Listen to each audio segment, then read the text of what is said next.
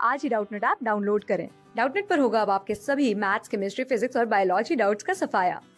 बस अपने क्वेश्चन की फोटो खींचो, उसे क्रॉप करो और तुरंत वीडियो सोल्यूशन पाओ। Download now. क्वेश्चन है कि इन द कॉम्प्लेक्स आयन, और कॉम्प्लेक्स आयन हमारे पास है CO NH3 होल 6 और इसके ऊपर +3।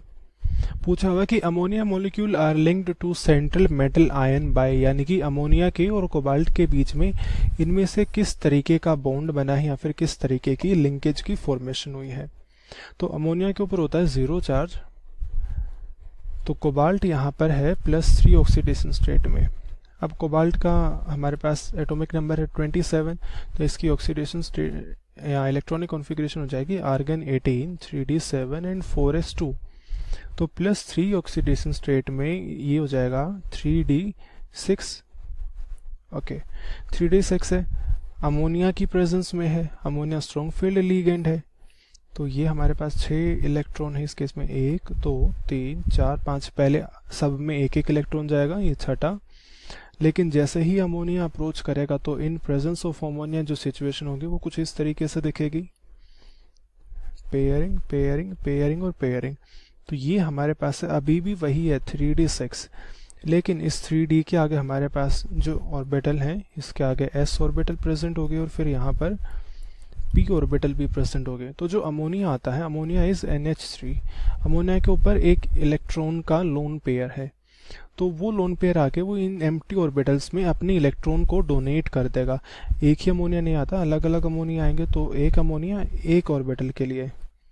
तो यहाँ पर अमोनिया टोटल 6 अमोनिया है, तो ये हमारे पास आ गए 6 अमोनिया, ये आके अपने इलेक्ट्रॉन को डोनेट करते हैं। अब यहाँ पर कहीं भी कोई भी आयन की फॉर्मेशन नहीं हुई, यानी कि अमोनिया पॉजिटिव आयन नहीं फॉर्म करेगा अगर उसने इलेक्ट्रॉन पेयर दिए, तो क्योंकि कोबाल्ट पहले ही +3 में था, तो पॉजिटिव पॉजिटिव से बॉन्ड नहीं बनेगा, यानी कि यहाँ पर किसी आयोनिक बॉन्ड की फॉर्मेशन नहीं हुई है।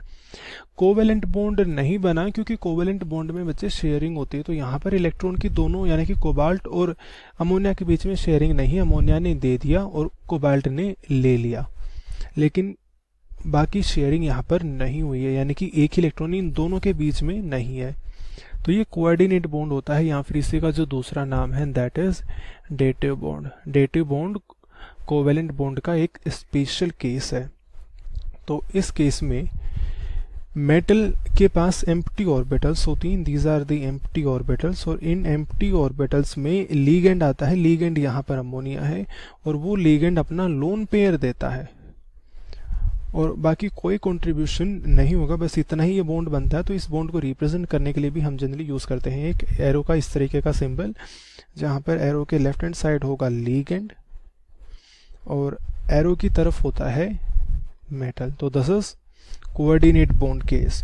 हाइड्रोजन बॉन्ड नहीं है क्योंकि हाइड्रोजन बॉन्ड होता है हाइड्रोजन के बीच में और मोर इलेक्ट्रोनेगेटिव एलिमेंट हो हाइड्रोजन के साथ, जैसे कि ऑक्सीजन, नाइट्रोजन या फ्लोरीन, इन तीनों में से कोई भी एक होगा हाइड्रोजन के साथ, तो उस केस में फॉर्मेशन होती है हाइड्रोजन बॉन्डिंग की।